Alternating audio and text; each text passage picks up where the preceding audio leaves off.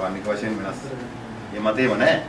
හැබැයි මෙයාලා කියන්නේ ඉතින් හරි අසාධාරණ එක ராஜபக்சக்களின் மிக முக்கியமான சகாக்கள் என்று சொல்லப்படுகின்ற 50,000 கிலோ போதைப் பொருளை வைத்திருந்த இந்த சம்பத் மனம்பரிதான் ரவிராஜ் அவர்கள் படுகொலையிலும் தொடர்புடையவர் என்ற செய்திகளும் இப்போது தீவிரமாக வெளியாக ஆரம்பித்திருக்கின்ற போதுதான் இதன் பின்புலத்திலே இருந்தவர்கள் கோட்டாபய ராஜபக்ச மற்றும் கர்ணகொட ஆகியோர் இருந்தார்கள் என்ற விடயங்களும் கொஞ்சம் கொஞ்சமாக வெளிவர ஆரம்பித்திருக்கிறது.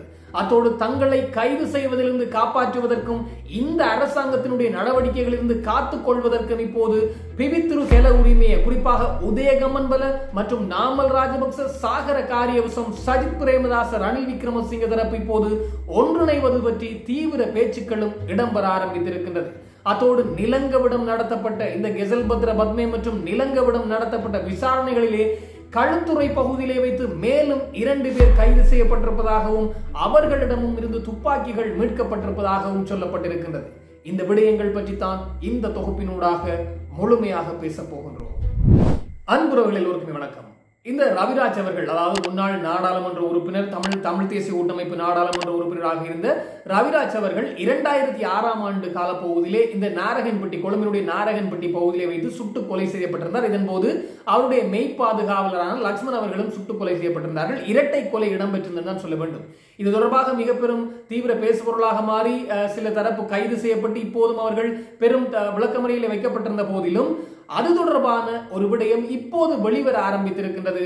அதுவும் இந்த 50,000 கிலோகிராம் என்று சொல்லப்படுகிற இந்த போதைப் பொருள், ஐஸ் போதைப் பொருள் தயாரிப்பதற்கான இரசாயனங்களை வைத்திருந்தார்கள் என்று சொல்லப்படுகின்ற சகோதரர்கள், இந்த பியல் மனம்பரி மற்றும் சம்பத் மனம்பரி ஆகியோர் தொடர்பாக தகவல்கள் வெளியாகிய போதுதான் இவர்கள் ராஜபக்ச தரப்பை சார்ந்தவர்கள் என்று சொல்லப்படுகின்ற போதுதான் இப்போது ரவிராஜ் அவர்கள் படுகொலையிலும் இப்போது தலைமறைவாக இருக்கின்ற இந்த சம்பத் மனம்பரியும் சம்பந்தப்பட்டிருக்கின்றார் என்ற விடயமும் வெளிவந்திருக்கின்றது.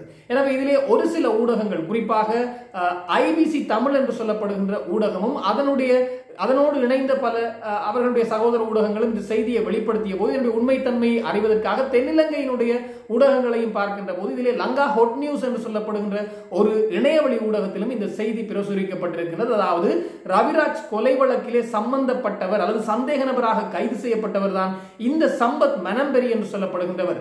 இவர் அந்த கால பகுதியிலே போலீஸ் கான்ஸ்டபிளாக இருந்திருக்கின்றார் என்றும் சொல்லப்பட்டிருக்கிறது. எனவே இது மாத்திரமல்லாமல் 3 தடவைகள் அவர் பணியிடை நீக்கம் செய்யப்பட்டிருக்கின்றார் என்பதும் சொல்லப்பட்டிருக்கின்றது. அதற்கிணங்க ரவிராஜ் படுகொலை அந்த சம்பந்தமான சில தகவல்களையும் பார்க்கின்ற போது 9 பேர் பிரதிவாதிகளாக தொடக்க காலத்திலே பெயர் முன்வைக்கப்பட்டிருக்கின்றது. அதிலே 4 கடற்படை அதிகாரிகளுடைய பெயர்கள் முன்வைக்கப்பட்டிருக்கின்றது. 3 கருணாகுழு உறுப்பினர்களுடைய பெயர் முன்வைக்கப்பட்டிருக்கின்றது. ஒரு போலீஸ் அதிகாரி, ஒரு போலீஸ் கான்ஸ்டபிள் மற்றும் ஒரு போலீஸ் புலனாய்வை சேர்ந்தவர் என்று பலருடைய பெயர்கள் முன்வைக்கப்பட்டு அதிலே 6 பேர் மிக முக்கியமான பிரதிவாதிகளாக 2015 கால பகுதியில் அடையாளம் காணப்பட்டிருக்கிறார்கள்.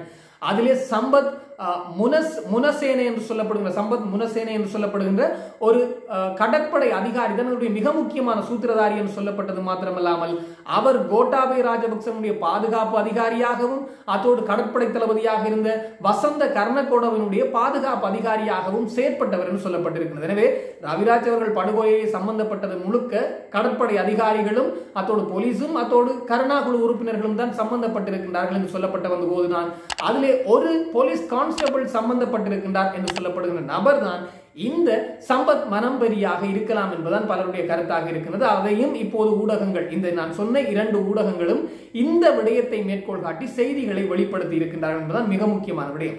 எனவே சம்பத் மனம்பரி இப்போது தலைமறைவாக இருக்கின்ற ஸ்ரீலங்கா பொதுஜன பெரமுன கட்சியைச் சேர்ந்த சம்பத் மனம்பரி ஒரு முன்னாள்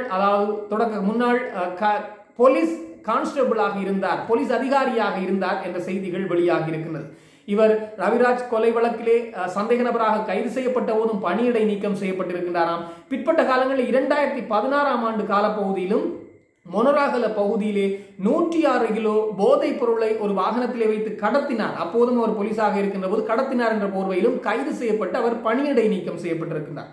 பணியிடை நீக்கம் செய்யப்பட்ட காலத்திலும் அவர் ஒரு களவு அல்லது ஒரு திருட்டு சம்பவம் ஒன்றிற்காக அவர் மீண்டும் கைது செய்யப்பட்ட சம்பவங்களாம் இடம்பெற்று ஒரு மிக மோசமான போலீஸ் அதிகாரியாக இவர் இருந்திருக்கின்றார் என்பதும் பிற்பட்ட காலங்களிலே இவர் இந்த ஸ்ரீலங்கா பொதுஜன பெரமுனவோடு சேர்ந்து செயற்பட்டு 2018 கால பகுதியில் அதனுடைய பிரதேச சபை உறுப்பினராக செயல்பட்டிருக்கின்றார். அதன் பின்னர் இவருடைய தம்பியும் அந்த கட்சியோடு சேர்ந்து செயற்பட்டிருக்கின்றார். பியல் மனம்பெரியும் செயற்பட்டிருக்கின்றார் என்பது வெளிவந்திருக்கின்றது. இப்போது பியல் மனம்பெரி கைது செய்யப்பட்டு தொடர்ச்சியாக 7 நாட்களுக்கு அவரை சிறையிலே வைத்து விசாரிக்கும்படி உத்தரவு பிறப்பிக்கப்பட்டிருக்கின்றது.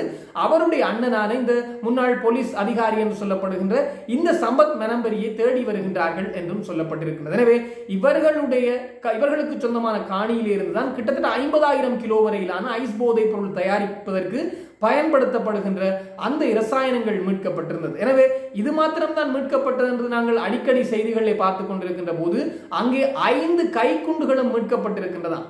அத்தோடு T56 ரக துப்பாக்கிகளுக்கு பயன்படுத்துகின்ற 17 தோட்டாக்களும் ஏனைய துப்பாக்கிகளுக்கு பயன்படுத்துகின்ற 12 தோட்டாக்களும் மீட்கப்பட்டிருக்கின்றன என்பதும் அதாவது அதிகமாக ஊடகங்களுக்கு வராத செய்தியாகவே இருக்கின்றது. எனவே இவர்கள் ஏதோ ஒரு சட்டவிரோத செயலிலும் துப்பாக்கி சூடுகளிலும் ஈடுபட்டிருக்கின்றார்கள் என்பதை இந்த விடயங்கள் சுட்டிக்காட்டுவதாக அமைந்திருக்கின்றது.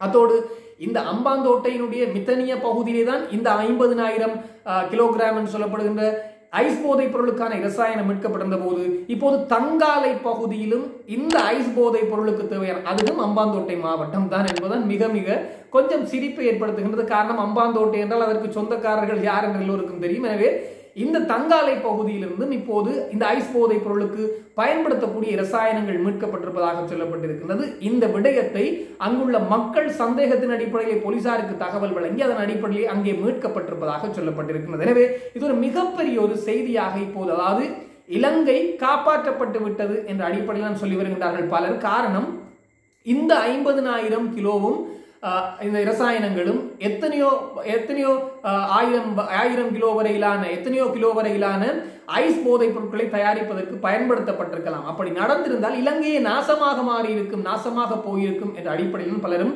குறிப்பிட ஆரம்பித்திருக்கின்றார்கள். எனவே அதனுடைய மேலும் பலர் அதாவது அரசியல் தொடர்பு இருக்கின்றது, இது ஒரு வலையமைப்பு என்பதை பொதுமக்கள் பாதுகாப்பு பிரதி அமைச்சர் சுனில் வட்டக்கல தெரிவித்திருந்தார். அதற்கிணங்க இப்போது அதனுடைய வலைப்பின்னலை தேட ஆரம்பித்திருக்கின்றார்கள். பல மிக முக்கியமான முன்னாள் அமைச்சர்கள் சிக்குவார்கள், மிக முக்கியமான பல அரசியல்வாதிகள் சிக்க போகின்றார்கள், அதிலும் பலர் தலைமறைவாகிவிட்டார்கள் என்பதெல்லாம் இப்போது வருகின்ற செய்திகளாக இருக்கின்றது. அதோடு இந்த கைது நடவடிக்கைகள் தொடர்ச்சியாக தங்களை பழிவாங்குகின்ற செயல்தான் என்பதை எதிரணியினர் சுட்டிக்காட்ட ஆரம்பித்திருக்கின்றார்கள். அதிலும் நாமல் ராஜபக்ச சுட்டிக்காட்டியிருந்தார், எங்களுடைய கையானது இரத்தக்கரை படியாத சுத்தமான கைதான் எங்களுடைய கை என்பதை நாமல் ராஜபக்ச சுட்டிக்காட்டியிருந்தார். எனவே இந்த அரசாங்கம் எங்களை அரசியல் பழிவாங்கல் செய்து கொண்டிருக்கின்றது என்ற அடிப்படையிலும் எங்களை பழிவாங்குவதை விடுத்து இந்த கொள்கலன்கள் எப்படி நாட்டுக்குள்ளே வந்தது, அதுவும் 323 கொள்கலன்கள் எப்படி விடுவிக்கப்பட்டது, அதிலே 2 தான் இந்த கொள்கலன், அதனை தேடி கண்டுபிடியுங்கள் என்ற அடிப்படையில் அரசாங்கத்தை விமர்சிக்க ஆரம்பித்திருந்தார். அப்படி இருக்கின்ற போதுதான் நேற்றைய தினம் ஒரு திடீர் சந்திப்பு ஒன்று இடம்பெற்றிருக்கின்றது. அதுவும் பிவித்துருகல உரிமைய கட்சி இந்த உதயகம்மன் வேலை இப்போது தலைமறைவாக இருந்து கொண்டு தன்னை கைது செய்து விடாதீர்கள், கைது செய்ய வேண்டாம் என்று உத்தரவிடுங்கள் என்று சொல்லிக்கொண்டு இந்த தாய்லாந்திலே இருக்கின்ற இந்த பிவித்துருகல உரிமைய கட்சியினுடைய தலைவராக இருக்கின்ற உதயகம்மன் தரப்பு மஹிந்த ராஜபக்சக்கள் தரப்பை சந்தித்திருக்கின்றார்கள், பொதுஜன பெரமுன தரப்பை சந்தித்திருக்கிறார்கள். அதிலே நாமல் ராஜபக்ச மற்றும் சாகர காரியவசம் போன்றவர்களும் அவருடைய குழு உறுப்பினர்களும் கலந்து கொண்டிருப்பதாக சொல்லப்பட்டிருக்கிறது. அதோடு இதற்கு முன்னர் அவர்கள் ரணில் விக்ரமசிங்க தரப்பை சந்தித்திருக்கின்றார்கள், பிவித்துருகல உரிமைய சஜித் பிரேமதாச தரப்பையும் சந்தித்திருக்கின்றார்கள். எனவே இந்த அரசாங்கத்தினுடைய அரசியல் பழிவாங்கலுக்கு எதிர்ப்பை நாங்கள் காட்டுவோம், இன்னும் ஒரு கைது இடம்பெற்று விடக் கூடாது என்ற அடிப்படையிலே, ஆனால் அவர்கள் இந்த உதயகம்மன் விளைவை காப்பாற்றுவதற்கு தான் முயற்சி செய்து கொண்டிருக்கின்றார்கள் என்பது தெரிந்த உண்மைதான். எனவே இன்னும் ஒரு கைது இடம்பெற்று விடக் கூடாது என்ற அடிப்படையிலே இப்போது ஒன்று சேர ஆரம்பித்திருப்பதாகவும் இப்போது செய்திகள் வெளியாகி இருக்கிறது. பிவித்துருகல உரிமைய ராஜபக்ச தரப்பு, ரணில் தரப்பு, சஜித் தரப்பை ஒன்றுபடுத்தி ஒரு பலமான எதிரணியினரை உருவாக்கி தங்களையும் பாதுகாத்துக் கொண்டு அவர்களையும் பாதுகாக்கின்ற நடவடிக்கைகளை முனைப்பாக மேற்கொண்டு வருகின்றார்கள் என்று சொல்லியிருக்கின்றார்கள். அதனுடைய காணொலிகள் பலவும் வெளியாகித்தான் இப்போது அதிர்ச்சிகளை ஏற்படுத்த ஆரம்பித்திருக்கின்றது. அதோடு கைது செய்யப்பட்டு சிறையிலே இருக்கின்ற பாதாள உலக கும்பலினுடைய தலைவர்கள் என்று சொல்லப்படுகின்ற கெசல்பத்ர பத்மே, கொமாண்டோ சலிந்து, நிலங்க, லகிர், சமன் என்ற எல்லோருடமே நடத்தப்பட்ட விசாரணைகளிலே இந்த சமன் பல உண்மைகளை போட்டு உடைத்திருக்கின்றாராம்.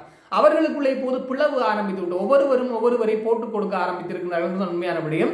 எனவே சமன் தான் அதிகமான வாக்குமூலங்களை வழங்கி இருப்பதாக சொல்லப்பட்டிருக்கிறது. சமனிடம் நடத்தப்பட்ட விசாரணை செய்திகளை பார்க்கின்ற போது அதுதான் புரிகின்றது. காரணம், சமனிடம் நடத்தப்பட்ட விசாரணைகள் தான் சமன் கெசல்பத்ர பத்மே நாட்டிற்குள்ளே உருவாக்கிய இந்த போதைப் பொருள், அதாவது போதைப் பொருள் உற்பத்தி நிலையம், போதைப் பொருள் உற்பத்தி தொழிற்சாலை தொடர்பாக உண்மைகளை சொல்லி இருக்கின்றார்.